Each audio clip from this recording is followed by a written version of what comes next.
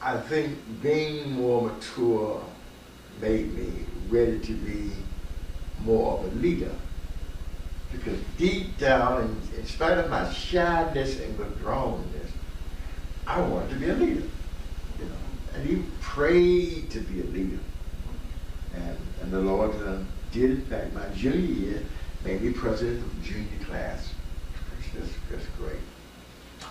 Then my senior year, and I was always president. I was president of this and president of that. I was always president. But the height of my ambition was to be president of Alpha. And when my senior year came up, I was elected president of Alpha. And interestingly, I took office about 3 months into the term. I became ill. And the doctor said I had tuberculosis or cancer.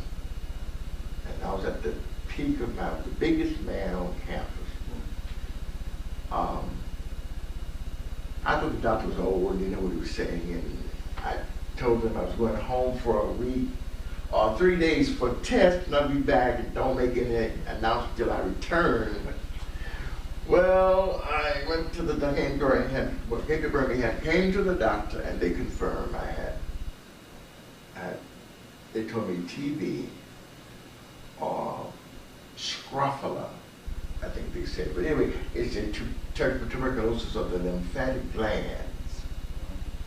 Now, I may be wrong because I've never seen that doctor since, but anyway, I was out about 2 years, you know. But being there my senior year caused me to be mature.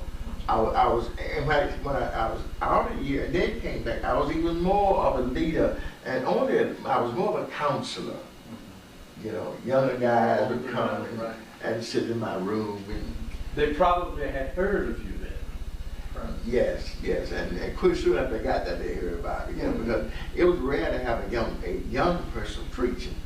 He either lost his mind, had a nervous breakdown or something. And so, when was it that you went into the ministry? My senior year. Senior year. After the Lord knocked me down and laid me out, I had a real talk with him. I had prayed, and we talked before. But I had a real in-depth conversation with him, and that's when I made certain promises to him. Well, when you returned then for your senior year, you then had an experience to meet an individual that would have an impact upon the entire country and the world. Yeah, my senior year, I was a ministerial student, only one on campus. So most of them had never heard of it about my age, talking about preaching, you see. So,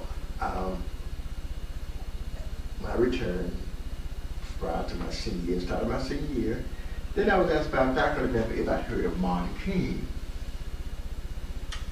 I told him no, I hadn't.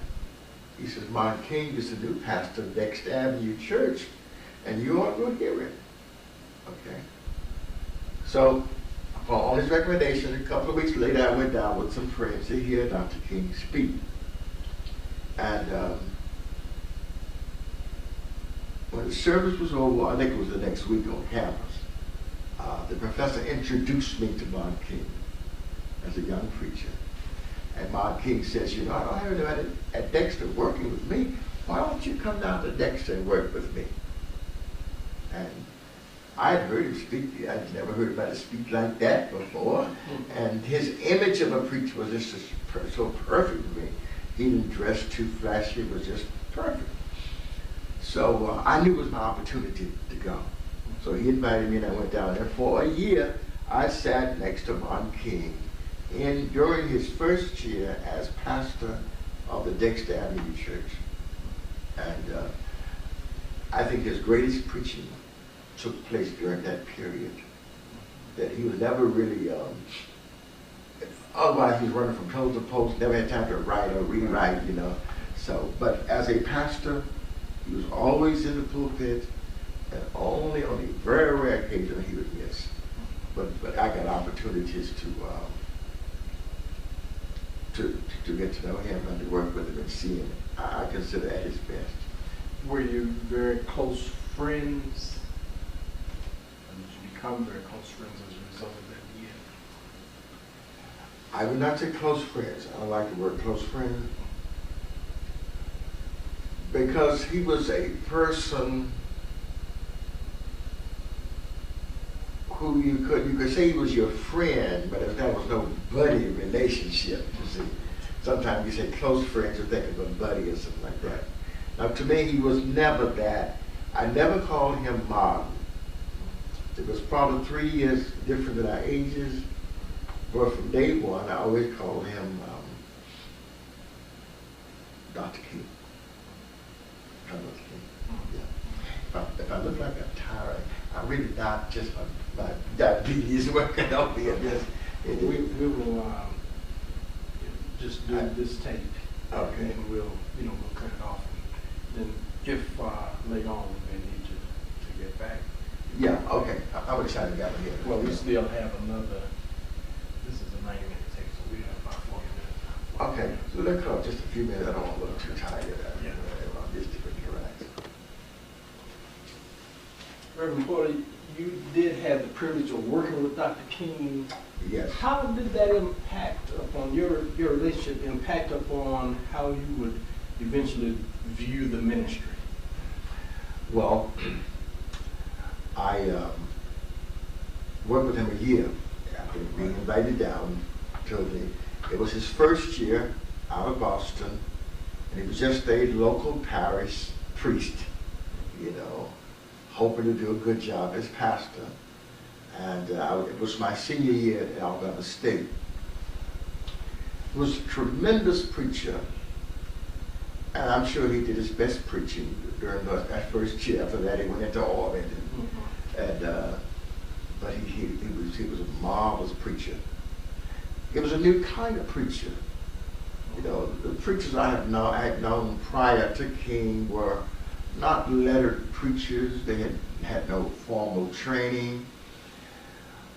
And King dress, everything was different. It was a new image of the preacher, and I needed that badly. Just starting out of the ministry, I needed a new image very badly. So he came into my life at a special time that I needed another role model of a preacher, and he was that.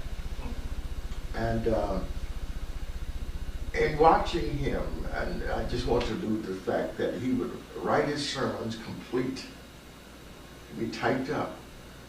And at the time of the delivery of the sermon, he would leave the folder in the chair and go to the pulpit, and you could almost pick up the written sermon and read it with him. He had obviously almost a photographic mind, but he never carried the manuscript to the pulpit. Now, I tried that a couple of times, but it didn't work. So, I had my manuscript, the whole thing. Well, he would leave the manuscript in the chair and he'd go up. He would go back to Boston every now and then to complete up his work on the PhD. And during those absences, he would allow me to preach in his stead, etc. So, but I'm not sure if there was ever any, I'm sure there were, but just widespread folk who say I was a good friend of King. He was the kind of guy who didn't have a whole lot of friends. He had a lot of people who knew him and he knew them. But just to say, I'm a friend to King. No, he was a serious kind of person. But he didn't tell jokes. Was he did that? No, he didn't. He was just so serious about everything. Always serious. Yes, that you really didn't get no joking and clowning out of it. He was always very about what he was about. And never on time. And that's one thing I did learn here. I have to be on time. It has to do with, now, he started being 30 minutes late just like he was on time. And I realized later, I said, if he had stayed on time all the years of his life, he would have died much earlier. But by letting start banging.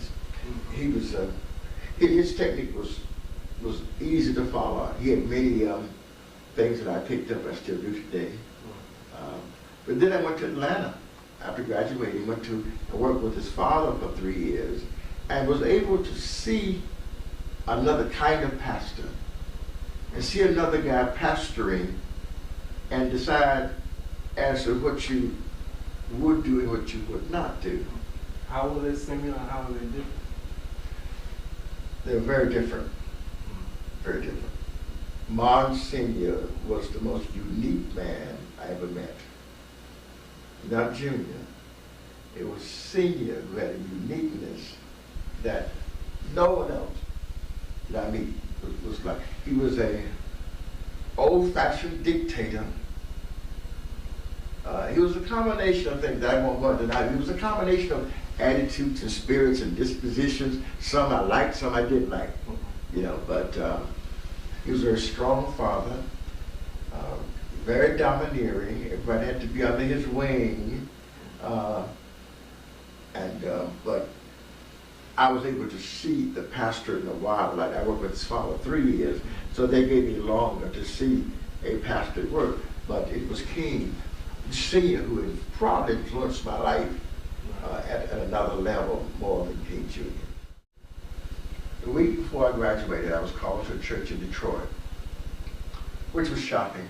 I was ready to go to those small country church in Georgia, down home, Alabama. But 1 week before graduation, I got this telegram saying I'd been called to the First Baptist Church of Hamtramck, Michigan, which is in the heart of Detroit. And I went and stayed 4.5 years, had a marvelous and glorious time with them for 4.5 years. How was that transition? Now you are a Southern young man coming from Alabama and Georgia, going to Detroit. And I know that many of the people in Detroit, of course, were from Alabama and the South. What was that experience like? I look back on it, it was a very, very good experience. I don't say I could pastor Detroit now, it's awesome up there now. But it was a good one. It was an excellent church with about 1,000 members, just the right size for a person who had never pastored a church before. And it was a good ministry in that